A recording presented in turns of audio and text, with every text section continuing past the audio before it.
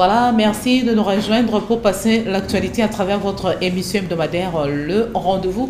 Madame, monsieur, bonsoir et très heureuse de vous retrouver pour les comptes de ces numéros où nous avons le plaisir de recevoir et de nous entretenir en même temps avec le président du RAPEC, comprenez, Rassemblement des agriculteurs, éleveurs et pêcheurs du Congo. Il s'agit de monsieur Pierre Boukassa qui est aussi numéro 1 de l'Union nationale des agriculteurs, pêcheurs et éleveurs du Congo, INAGRICO. Avec lui, nous allons parler de l'actualité qui reste dominée par les différentes publications des résultats des élections, les résultats provisoires par la centrale électorale, ainsi d'appui à la démocratie. Pourquoi pas parler de l'investiture du chef de l'État qui reste d'actualité, des réactions continues de fusées de partout par rapport à cette cérémonie et pourquoi pas par rapport au discours du chef tenu par le chef de l'État à l'occasion. Voilà, monsieur Pierre, bonsoir. Bonsoir. Merci d'avoir répondu à notre invitation. C'est un plaisir pour vous. Maire vœu, nous sommes à l'aube de 2024. Par rapport à cette année nouvelle, qu'est-ce que vous avez à dire pour la bonne marche du RAPEC et de l'UNAGRICO? De toute façon, pour cette année nouvelle, je souhaite d'abord à toute la population congolaise et à tous les agriculteurs, éleveurs et pêcheurs, ainsi qu'à notre président bien-aimé, nos meilleurs vœux. C'est par là que je commence. Et j'aimerais aussi vous signifier que 2024 sera une année où nous allons beaucoup travailler, beaucoup nous organiser. Parce que comme vous le savez, nous autres agriculteurs, notre plus grand défaut, c'est l'organisation et faire en sorte que nous puissions professionnaliser réellement notre domaine. Merci. Est-ce que vous pouvez nous présenter les canevas des activités prévues pour cette année 2024 en guise de rencontrer les préoccupations de maraîchers, maraîchères, des éleveurs, des agriculteurs de la République démocratique du Congo, particulièrement de Kinshasa? Merci beaucoup. J'ose croire que la première des choses, c'est que le gouvernement puisse nous supporter. Parce que qu'on le veuille ou pas, notre secteur ne peut dépendre que du gouvernement. Parce que si nous comptons sur les bailleurs de fonds, parfois il y a divergence de point de vue sur les priorités que nous avons par rapport à eux. Vous comprenez que notre agriculture s'est fait un peu différemment et le climat est différent, tout est différent. Donc c'est le seul bailleur, le seul pourvoyeur de fonds, c'est le gouvernement. Donc, nous allons tout faire pour donner notre canevas ou bien donner notre document aux responsables pour qu'ils sachent quelles sont les priorités que nous avons dans notre domaine. Mais surtout, nous devons définir quels sont les espaces sur lesquels nous allons exploiter, avec quels agriculteurs et pour quel objectif. Nous devons y aller palier par palier, avoir des objectifs qui peuvent réellement aider les chefs de l'État à booster sérieusement notre agriculture. Parce que notre objectif, c'est de ne plus dépendre de l'extérieur sur le plan alimentaire. De l'UNAGRICO au RAPEC, il y a un rapprochement. Qu'est-ce qui a changé exactement et qu'est-ce qu'on peut attendre qui puisse sortir de particulier au niveau du RAPEC?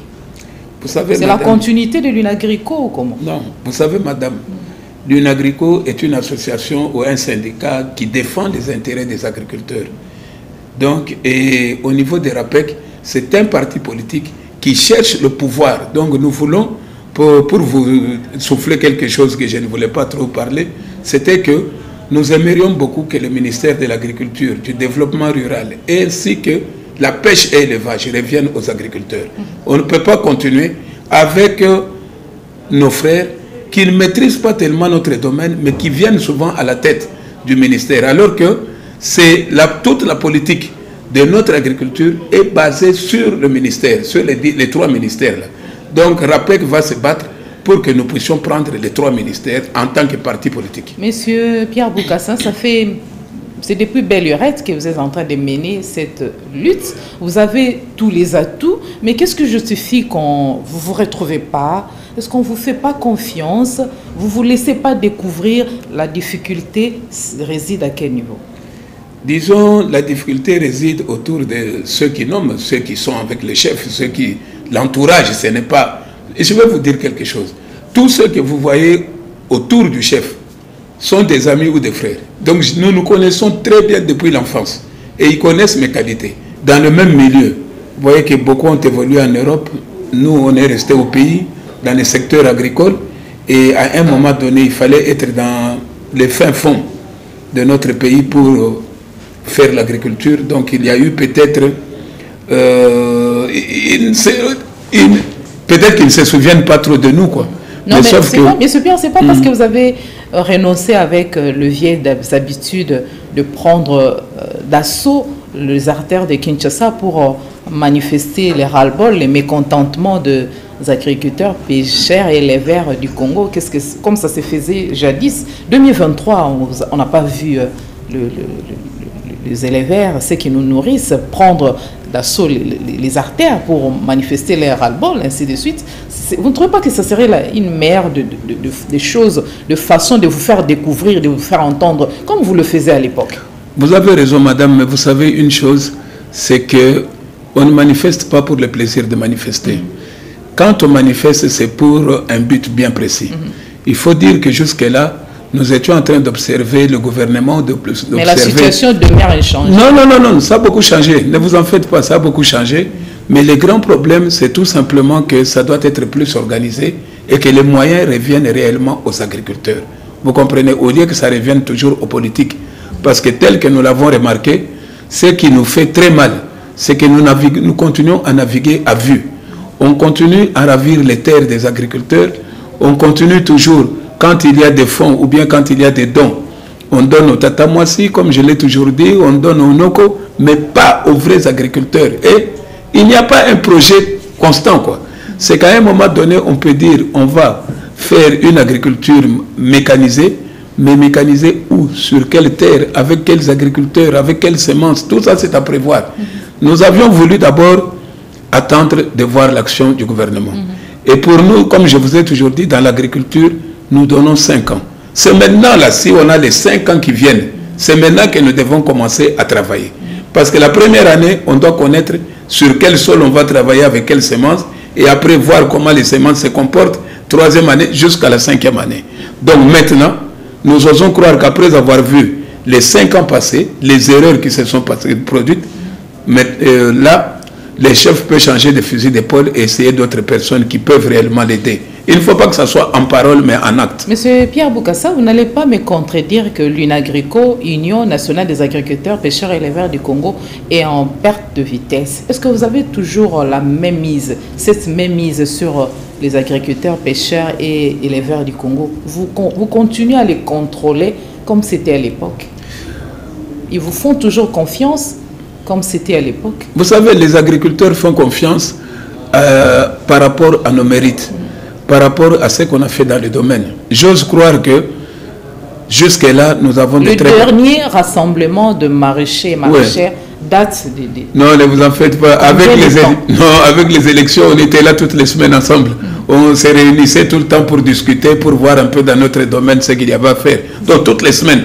Ça fait à peu près 3-4 mois que j'ose croire que nous nous rencontrons. C'était au niveau de Ndjili Sekomaf. Donc on faisait des rencontres pour voir ce qu'on pouvait faire si un jour on arrivait aussi à être parmi les décideurs, comment pouvions-nous nous y prendre et tout ça. Donc de ce côté-là, la confiance est là. Maintenant, il y a le RAPEC qui est le parti des agriculteurs. Nous allons essayer d'implanter ces partis à travers tous les pays pendant les 5 ans à venir pour que les gens comprennent réellement l'agriculture et comment nous pouvons nous en sortir. Il y a le ministère de l'Agriculture, il y a l'ONAPAC aussi qui existe, et puis l'INAGRICO est là aussi. Beaucoup de structures qui gèrent le maraîcher de Kinshasa et de la RDC. Vous travaillez en étroite collaboration pour l'intérêt de cette catégorie, pour l'intérêt de la population, parce que ce sont eux qui nous nourrissent. Madame, j'ose croire que chacun défend les agriculteurs dans son domaine et de son côté, parce que nous ne faisons pas tous la même action. Nous, par exemple, au niveau de l'UNAGRICO, que vous avez parlé, l'association, c'était un syndicat pour défendre les intérêts des agriculteurs. Le ministère, c'est notre ministère de tutelle. Eux sont là surtout pour organiser le domaine, parce que le gouvernement, l'État, doit contrôler, doit réguler le domaine. Malheureusement, ce qui ne se fait pas, parce qu'ils deviennent juges et partis. Souvent, c'est eux-mêmes qui veulent produire, qui veulent patater, et à un moment donné, ça pose des problèmes. Aussi bien que les autres organisations, nous avons une plateforme là qu'on avait constituée, qui est le SENPAF. C'était l'association des 3 grands mouvements dans le secteur agricole. Et nous avons de très bonnes relations et nous continuons toujours à nous fréquenter quand le besoin se fait sentir. Voilà, merci pour cet éclairage. Nous allons évoluer. Le chef de l'État a été investi pas plus tard que le week-end passé. La cérémonie s'est bien déroulée à première vue. Vous également, vous avez palpé du doigt, je me dis, cette cérémonie d'investiture du chef de l'État. Il a tenu un discours convaincant, ainsi de suite. D'emblée, qu'est-ce que vous pouvez dire par rapport au déroulement d'abord de cette activité d'envergure? Madame, j'ose croire qu'une fois vous m'avez invité sur ce plateau et vous m'aviez posé la question, si je devais voter, qui pourrais-je réellement voter? Je vous avais dit que sans parti pris, en voyant les candidats qui étaient en face du président Félix, il n'y avait personne d'autre. Au fait, le Congolais n'avait pas le choix que de voter Félix. Parce qu'on le veuille ou pas, nous voulons tous sortir de ces marasmes. Nous voulons tous sortir de cette histoire de botte chaque fois qu'on veut faire quelque chose. Nous voulons tous travailler, vous comprenez? Et l'homme qui peut nous remettre au travail, parce que le Congolais a besoin qu'on les remette au travail, ce n'est que le président Félix en ce moment. Bon, peut-être que les 5 années, les prochaines élections, nous trouverons quelqu'un d'autre, mais en ce moment, nous avons confiance en lui. Moïse Katumbi aussi a constitué une résistance. Hein? Madame, je vais vous dire une chose. J'aime beaucoup Moïse en tant que dirigeant de football. Parce que moi-même, j'ai été dirigeant de football. Mais en tant que président, je ne le vois pas. Je ne le vois pas. Vous savez, le président de Gaulle avait dit quelque chose sur Churchill, qui fut Premier ministre anglais. De Gaulle, quand on avait posé après la Seconde Guerre mondiale, que pensez-vous de Churchill? Malgré qu'il avait fait beaucoup de choses. Il avait répondu ceci. Churchill, un très bon chef pendant le temps de guerre. Mais pendant le temps de paix, un piètre chef. Il ne peut pas diriger un pays en temps de paix. Moi aussi, je vous réponds la même chose. J'ose croire que le président Katumbi, c'est quelqu'un qui peut, dans les affaires, nous aider tous. C'est quelqu'un qui, s'il a le ministère du Commerce extérieur, il peut nous aider. Il a beaucoup de relations, il a les moyens. Mais être président de la République, je ne crois pas tellement. Parce que là, je ne le vois pas parler le discours des Congolais. Nous avons un discours et une façon de penser. Voilà. Nous avons notre vision. Voilà, on parlait de l'investiture du chef de l'État. Très bien. Entre parenthèses. Mais il y a aussi Corneille Nangaa, l'ancien président de la centrale électorale, qui est monté au créneau pour fustiger la présence du chef de l'État. Il est à la tête d'un mouvement rebelle et promet des actions négatives, selon lui, en guise de libérer le peuple congolais, ainsi de suite. Ça vous inspire quoi? Non, c'est la désolation totale pour moi. La réaction de Corneille Nangaa, ancien président de la CENI, qui avait proclamé Félix Tshisekedi à l'époque comme président de la République. Pour moi, c'est la désolation totale et j'ose croire que c'est une distraction. Qu'est-ce qu'il veut exactement? Non, on n'a même pas cherché qu'est-ce qu'il veut. Il veut tout simplement que lui puisse... Allez, il veut qu'il puisse arriver à contrôler et qu'il continue toujours à exploiter ses minéraux et qu'il puisse être libre. Au fait, c'est son ventre qui parle. Qu'on le veuille ou pas, il y a de la place pour tout le monde. Nous ne pouvons pas chaque année, dès qu'on fait un pas, on nous fait régresser. Dès qu'on veut que le pays développe, on nous distrait avec la guerre. Non, madame. Il parle de libérer. Non, il libère qui? Il va libérer qui? Qui a-t-il vu en prison ici au Congo? Ce qui est là, il faut tout simplement qu'on s'entende, qu'on se pardonne, qu'on rentre au pays et qu'on travaille tous pour le développement de notre pays. Nous ne pouvons pas continuer avec la distraction. Et je vous assure, le Congolais qui va tomber dans ces pièges-là, c'est quelqu'un qui ne comprend pas les réalités du monde. Vous savez que ça fait combien de temps qu'on a une guerre à l'Est? Et combien de temps nous n'arrivons pas à nous développer à cause de cette guerre-là? Parce que tous les fonds vont toujours à l'effort de guerre. Il faut que ça s'arrête. On a besoin de vivre, nous autres Congolais. Combien de morts, madame? Le président de la CENI à la rébellion. Non, moi ça ne m'étonne pas. Ça ne m'étonne pas parce que ça c'est le propre des gens qui ne savent pas créer, qui ne savent pas inventer, qui ne savent pas comment travailler. Il y a de ces gens-là, madame. Vous l'enlevez aujourd'hui comme ministre, il devient rebelle. Vous l'enlevez aujourd'hui comme député, allez directement, ça devient maintenant des critiques, il est opposant. Mais sachez créer, le pays a tellement de richesses. Nous pouvons tous, si nous nous mettons ensemble, créer des richesses et bien vivre. Ça, c'est un paradis de notre pays. Sur les réseaux sociaux, il ne faut pas sous-estimer l'adversaire. Il tient, Corneille Nangaa, un discours décisif. Et il est à craindre, je me dis. Parce qu'apparemment, c'est comme s'il ne travaille pas seul. Madame, Moi, Ils sont derrière lui. Est-ce que je peux vous dire quelque chose? N'est-ce pas la communauté internationale, n'est-ce pas les Occidentaux, le Rwanda et autres pays voisins de l'Est de la RDC? Qu'est-ce qu'ils sont en train de manigancer? Vous et moi, peut-être que nous ne savons pas. Madame, pour moi, je pourquoi préfère... pas l'appeler, chercher à savoir qui c'est exactement? Mais pourquoi on va l'appeler? Madame, si tout le monde pouvait maintenant faire sa propre rébellion, si tout le monde revendiquait le lopin de terre que nous avons au Congo, il faut oublier ces messieurs-là, continuer à vivre. La caravane, les chiens à bois, la caravane passe.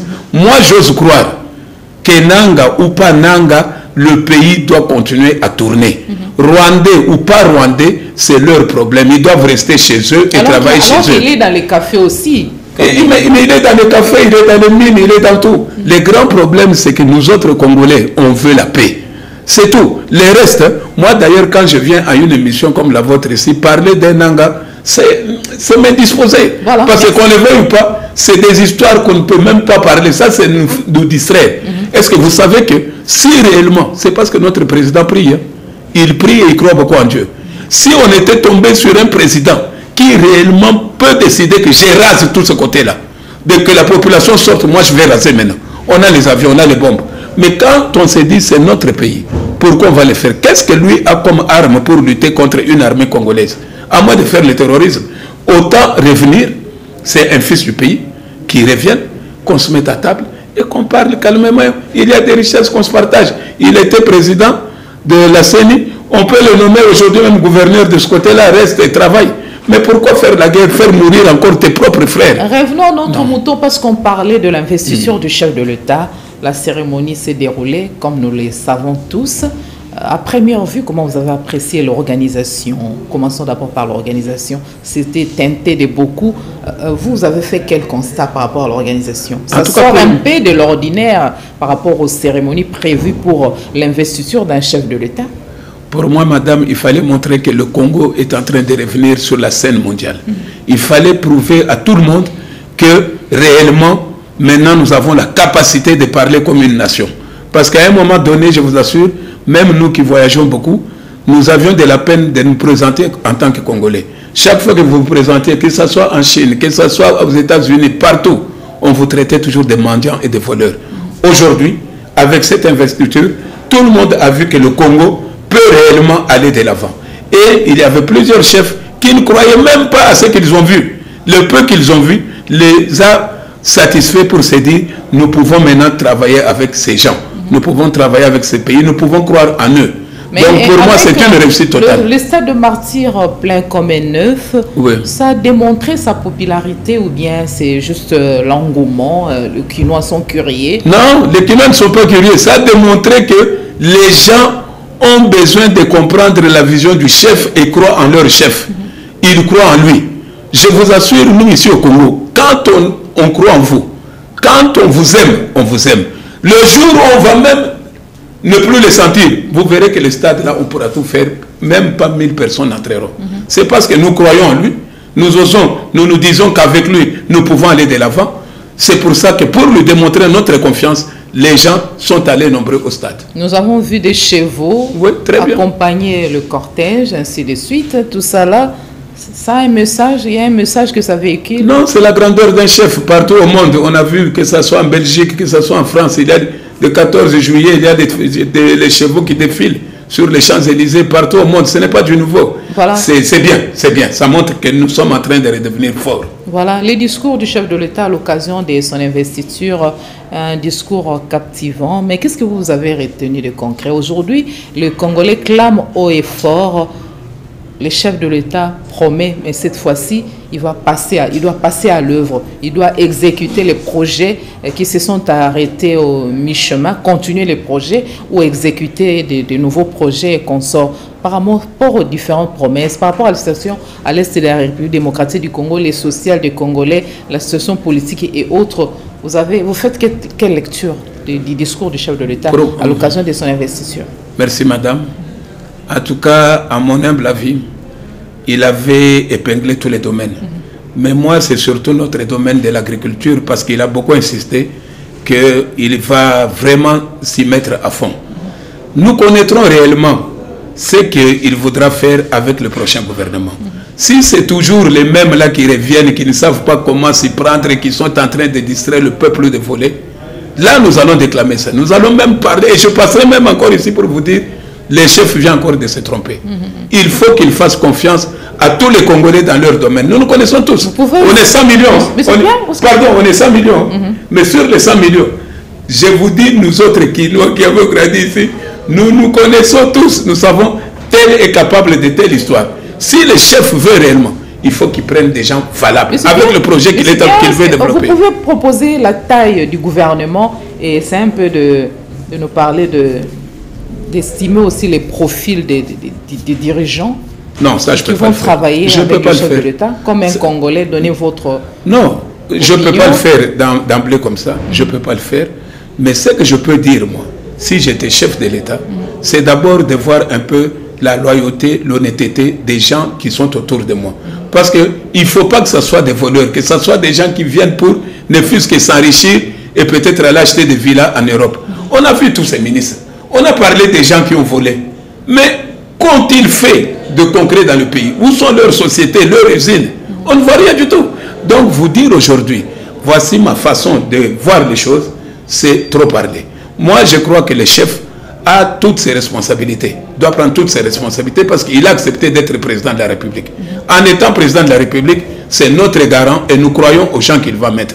Mais d'emblée, qu'il nous enlève un peu tous les voleurs. Comment est-ce que les provinces peuvent s'organiser pour essayer un peu d'essouffler, de dégager la capitale Kinshasa qui est envahie? Il y a exode ces derniers temps, ainsi de suite. Mais est-ce qu'il n'y a pas moyen de faire respirer la capitale Kinshasa et valoriser les provinces? Ça va se faire comment? On sait déjà qu'il y a le projet de développement de 145 territoires qui n'est pas exécuté comme il se doit. C'est un projet qui s'exécute à pas de tortue, laisse-moi le dire ainsi. Le chef de l'État, pour son second mandat, il doit faire comment pour valoriser les provinces? Déjà, c'est pousser les investisseurs à aller en province. Il ne faut pas que tous les investissements se concentrent sur Kinshasa. Ça, c'est déjà une erreur de la part de nos dirigeants. Et en plus, moi, je crois qu'avec le 145 territoires, le projet des 145 territoires, c'est un très beau projet si c'est bien appliqué. Et il faut qu'il y ait... Vous voyez l'IGF, l'IGF ne doit pas se concentrer tout simplement sur les sociétés publiques. Non, il faut qu'ils aillent à l'intérieur voir tout ce qui a été promis avec ces 145 territoires, si réellement cela se fait. Parce que plus on aura des entreprises à l'intérieur du pays, et plus les gens ne vont pas accepter de venir ici. Les provinces sont enclavées. Et en plus de cela, il n'y a pas de travail, il n'y a rien à faire en province. Nous, par exemple, quand on parle de Mbujimaï, on part là-bas, on a envie d'investir, mais quand vous voyez l'état des routes, vous voyez l'environnement, impossible de faire comme ça. Les têtes d'érosion. Mais pourquoi? Parce que même les gouverneurs qui vont, qu'on met en place, ou bien les gouverneurs qui prennent la responsabilité dans nos provinces, souvent, c'est des voleurs qui ne veulent pas que le pays se développe. Ils pensent d'abord à leurs enfants, à leur ventre, mais pas au pays. Voilà la réalité. Donc, il faut qu'ils puissent d'abord mettre les gens qu'il faut. J'insiste toujours sur les valeurs à respecter. Qu'ils fassent signer même un cahier de charges. Que quand vous n'arrivez pas à atteindre tel objectif, quittez mon gouvernement de vous-même avant que je ne vous chasse. C'est très important que les gens, à ce moment-là, vous allez voir qu'on va faire quelque chose. La monnaie congolaise a perdu complètement sa valeur face au dollar. Et voilà, le taux d'échange ne fait que monter. Ça répercute sur le prix des produits pétroliers et sur le prix de denrées alimentaires et autres. Le panier de la ménagère, ça devient très difficile et consort. Il faut faire quoi? Le chef de l'État doit procéder comment pour stabiliser la monnaie? Il y a inflation. Vous savez, il faut produire. Il faut produire. Et surtout, mettre l'accent sur la production agricole. Parce que ventre affamé n'a point d'oreille. Vous comprenez? Et même quand on parle de cette monnaie... La production locale ou bien... La production locale. Importer aussi. Non, nous devons d'abord voir la production locale. Aussi bien la production dans les domaines, dans les mines, la production aussi bien dans nos produits agricoles que dans tous les autres produits. Il faut que nous comptions d'abord sur nous-mêmes. À ce moment-là, vous verrez que tout ça va être facile. Je vous donne un petit exemple. Aujourd'hui, j'ai entendu que le prix du pain a augmenté. Mais pourquoi? Parce que nous importons le blé. Alors que nous pouvions bien mettre des techniques au point avec le manioc, nous pouvons aussi mettre avec le sorgho qui pousse bien au Congo. Donc, voir un peu comment les agriculteurs peuvent travailler réellement avec les boulangeries ou bien les boulangers. Mais tout ça, c'est important parce qu'il faut des programmes. Et en plus, il faut des moyens aussi, vous comprenez. Vous ne pouvez pas tout simplement parler sans mettre les moyens qu'il faut. Quand vous mettez les moyens pour un objectif bien déterminé, là, vous pouvez contrôler. On parle, il faut produire, la production, il faut aussi assurer l'évacuation, ainsi de suite. Oui. Mais il y a les défis infrastructurels qu'il faut à tout prix aussi relever.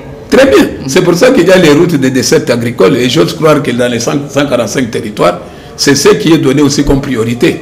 Mais le grand problème, c'est la vérification ou l'audit de ce qu'on fait sur terrain.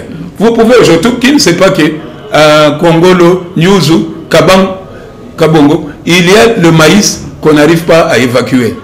Et, madame, il y a tout ça. Mais à un moment donné, si vous n'essayez pas de suivre ça, c'est très difficile. Ah oui, voilà, en tout cas, ça c'est vraiment nécessaire. Nous allons évoluer parce qu'on parle du discours du chef de l'État qui a promis le bien-être, d'assurer le bien-être du peuple congolais. Mais il y a un danger qui guette la RDC depuis belle lurette, c'est la situation de l'Est de la République démocratique du Congo, avec cette guerre qui nous est imposée injustement par le pays voisin de l'Est de la RDC, à l'occurrence le Rwanda et consorts. Comment est-ce que le chef de l'État peut faire pour ce second mandat afin d'arriver à mettre fin, complètement fin à la guerre de l'Est de la République démocratique du Congo? Il y a encore de territoires qui sont occupés, il n'y a pas eu vote dans ces coins de la capitale, ainsi de suite. Qu'est-ce qu'il doit faire exactement? Maman, la première des choses. Il faut réformer l'armée. Non, écoutez, la première des choses, on a beaucoup parlé de réformer l'armée, on a fait beaucoup d'histoires, mais la première des choses, c'est de donner aux militaires et aux policiers la possibilité de vivre. Vous comprenez? Un militaire qui va se battre au front, vous lui donnez $80, $100. Mais comment va-t-il tenir parce que lui est au front, sa famille ici doit continuer à vivre? Qu'on majore un peu leur salaire, qu'on majore, qu'ils soient dans de bonnes conditions, qu'on fasse des casernes, qu'on essaye de faire des formations, qu'on recrute d'autres combattants. J'ose croire que si réellement nous mettons les moyens qu'il faut pour terminer cette guerre de l'Est, parce que moi parfois je me dis, est-ce que cette guerre n'est pas entretenue? Parce que plus on entretient la guerre de l'Est, plus les gens s'enrichissent. On doit terminer cette guerre en motivant nos combattants. Nous avons la possibilité, madame. Je me rappellerai toujours, je vais vous dire quelque chose. À l'époque, avec le président Mobutu, entre la Libye et le Tchad, les Tchadiens nous avaient fait appel à notre armée. Nous étions partis là-bas. Vous savez ce que Kadhafi avait déclaré? Si je pouvais avoir une armée comme celle du Zaïre, en tout cas, je pourrais conquérir n'importe où dans le monde. Parce qu'il y avait l'organisation et les moyens. L'intégrité territoriale. Non, pas l'intégrité territoriale. C'est qu'on avait motivé nos militaires, notre armée. Qui ont assuré l'intégrité territoriale. Qui ont assuré l'intégrité territoriale. L'Est n'était pas. Mais maintenant, vous envoyez des militaires avec des généraux qui ne cherchent qu'à voler. Vous envoyez des militaires avec des munitions qui sont vendues par exemple aux Rwandais. En un clin d'œil, il y a moyen de contraindre tout ça. On peut contraindre tout ça en les motivant et en remettant aussi ce qu'on appelait à l'époque, c'était dans l'armée avant de faire... Placer des hommes de confiance aussi. Non, il faut placer les hommes de confiance et il faut aussi civique. Là, il y avait un terme là pour que même à l'école, avant d'entrer en classe, on devait d'abord montrer notre patriotisme. L'éducation civique. L'éducation civique. Il faudrait qu'on aille dans l'armée, qu'on les fasse comprendre que vous vous battez pour le pays. Donc, l'Ikambo Mabele, c'est que ce n'est pas de la blague. Donc, nous tous là, on doit faire Nous tous, nous devons à tout prix nous dire, nous sommes des patriotes, c'est notre nation, nous ne pouvons pas laisser tomber quoi que ce soit. Excepté les religieux et les religieuses. Même eux. Il n'y a pas d'exception. Il faut qu'eux aussi comprennent qu'ils ne se mêlent pas trop de notre politique. Voilà, comme Denis Kadima semblait le dire à la Senko. Oui, c'est important. Ils ne doivent pas se mêler de notre politique. Mais l'église est politique, n'est-ce pas? Non, c'est apolitique. Apolitique, maman. Moi, je n'ai jamais entendu. C'est l'église catholique qui gère le monde, apparemment. C'est ce qu'on croit. C'est le Vatican qui contrôle le monde. C'est ce qu'on croit. C'est nous-mêmes qui nous laissons faire pour qu'il gère le monde. Vous allez me dire que l'église catholique gère la Chine. Vous allez me dire que l'église catholique gère l'Inde. Ou bien gère le Pakistan. Non, ça dépend de chaque peuple. Nous, on est trop soumis. Nous croyons en Dieu, mais nous ne pouvons pas accepter qu'on nous fasse n'importe quoi. Mais qu'on nous dise de faire n'importe quoi. Beaucoup de médiations sont assurées par le père de l'Église et on a empêché les pires. Si on fait allusion au cycle passé, vous savez comment l'Église a déployé des efforts, assuré des dialogues, ainsi de suite, pour qu'il n'y ait pas des actes de violence, ainsi de suite. Là, quand même, vous n'allez pas ignorer tout ça. Madame, je vais vous dire, depuis que j'essaie de comprendre un peu la politique en Afrique, c'est l'Église qui a foutu le bordel partout. Regardez la conférence nationale. On était bien parti. Dès que l'Église s'y est mêlée, ça a été la bouillabaisse. Et maintenant, quand on parle même de CD, depuis que nous organisons... Ce n'est pas un problème de la classe politique. Non, pas un problème de la classe politique. Un problème que l'Église veut se mêler de tout. L'Église doit rester dans la religion, essayer de nous éduquer, essayer de nous montrer le chemin du royaume des cieux, mais pas entrer en politique qui nous laisse faire. Vous comprenez, madame, que nous essayons de faire progresser le pays. Il y a certaines choses que nous devons accepter. Voilà, merci. Nous allons évoluer. Parlons des élections. La centrale électorale procède depuis un temps à la publication de résultats provisoires des élections, entre autres les élections législatives, nationales et provinciales. La CENI a poursuivi avec le résultat de conseillers municipaux et autres, ainsi de suite. Mais vous faites quelle lecture par rapport à cette série de publications? Vous savez, dans toute histoire humaine, il y a toujours des failles. Hein. Mais ce qui est très bien, moi je félicite déjà l'effort que la CENI a fourni. Et en plus de cela, moi-même j'étais candidat et je n'ai pas réussi, ça je vous ai dit aussi. Courage. Donc, non, ce n'est rien. Moi je crois que ce sont les meilleurs qui sont passés. Pour moi, c'est les meilleurs qui sont passés et je les félicite. Je les encourage à travailler pour la population congolaise et pour le peuple congolais. Ça, c'est ce que je peux vous dire. La CENI, tel que le système qu'on a adopté, on n'avait pas tous, ils n'ont pas tous la maîtrise. Ça va leur prendre du temps. Donnez-leur le temps, les 5 prochaines années, de s'améliorer et de pouvoir avoir la maîtrise sur tout ce qui va se faire. Mais en tout cas, j'encourage et je félicite ceux qui sont passés. Non, mais vous parlez de tout semble bien se dérouler. Il y a des différends au sein de partis politiques. Non, je vous ai dit... Après cette publication, pour vous parler du MLC, dont Jean-Jacques Mamba a séché les partis politiques, il a clamé au fort de l'injustice. Il a mérité à Lukunga, mais son nom ne figure pas sur la liste provisoire publiée par la CENI. Il n'est pas le seul. Si je tiens compte aussi du parti politique de la gouverneure de Lualaba, Fifi Masuka, son secrétaire général, Madame Marie-Louise Poli, a séché aussi les partis. Elle a postulé à Funa, mais son nom ne figure pas sur la liste. Et la condition sine qua non, la Cour constitutionnelle exige à tout prix, en ce qui concerne des recours, d'avoir l'aval des responsables de partis politiques. Ça a toujours été comme ça. C'est là où les bas blessent. Non, non, ça a toujours été comme ça. Même les élections de 2006-2011, il fallait toujours avoir l'aval politique. Il y a quelque chose que les gens doivent comprendre. Il y avait 30 000 candidats, par exemple, pour les législatives. Vous n'allez pas me dire que tous ces 30 000 doivent passer des députés.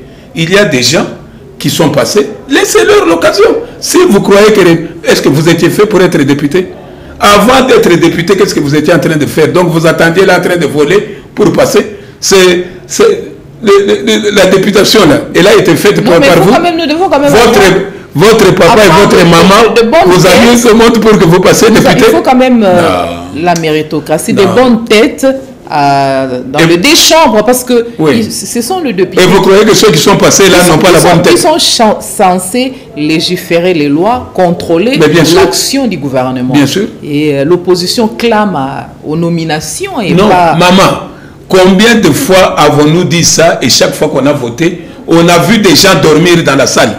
Combien de fois, quelle loi on a voté? Par exemple, nous, dans notre domaine agricole, ça fait plus de 2 mandats qu'il n'y a absolument rien qu'on a voté. Et vous allez me dire que tous ces gens-là n'avaient pas cette tête, parce que ceux qui ont échoué là, ils devaient absolument y aller. Moi, j'ose croire qu'il faut suivre le président Bemba. Vous comprenez? Moi, je félicite ce monsieur à 100%. Vous comprenez? Parce que vous voyez, il a pris un calme.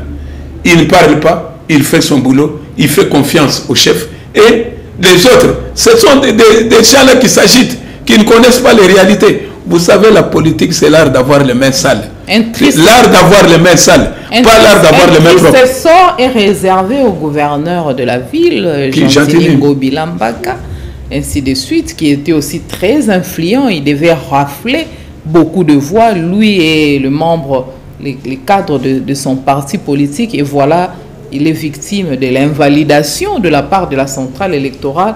Et là aussi, je me dis, en ces moments-ci, il a le moral en berne. Qu'est-ce qu'il faut faire exactement? Madame, ainsi de suite. Moi, j'ai connu Gentini avant qu'il soit gouverneur. Donc, ce n'est pas le fait de l'avoir mis de côté ou bien de ne pas participer à ces histoires qui vont complètement le briser. C'est un battant.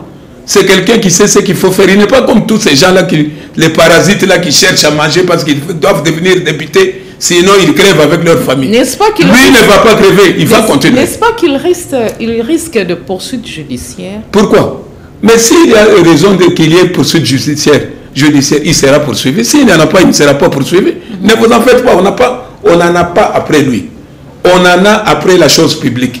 S'il mérite d'être poursuivi, il sera poursuivi. Mais ne vous en faites pas pour Gentini pour dire il sera battu. C'est quelqu'un qui, comme il n'a pas été élu comme les autres là qui parlent, je ne suis pas élu, qu'est-ce que je veux faire? Non. Lui a ses affaires. Il connaît bien que dans les affaires, comment on fait. Et en plus, c'est un sportif.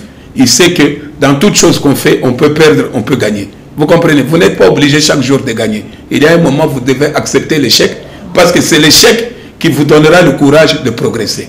Donc, de ce côté-là, ne vous en faites pas. Il est compréhensif et il sait qu'en politique, tout le monde a son tour. Le panier continue à tourner, c'est ce qu'on nous dit même à l'église. Qu'est-ce que vous reprochez particulièrement à la CENI de Denis Kadima avec les élections entachées de beaucoup d'irrégularités? Madame, c'est ça l'erreur des Congolais. Vous voulez chaque fois parler en mal de tout ce que le Congolais fait lui-même. Vous comprenez? D'abord, est-ce que vous savez que c'est la première fois que nous sommes en train, qu'on a organisé des élections sans l'appui international? Avant, c'était toujours donnez-nous tel montant et ils faisaient le chantage et consorts. Donc, avec le peu de moyens, le maigre moyens que nous avons eu, les gens ont essayé d'organiser quelque chose. Des élections même biaisées, mais ce sont des élections.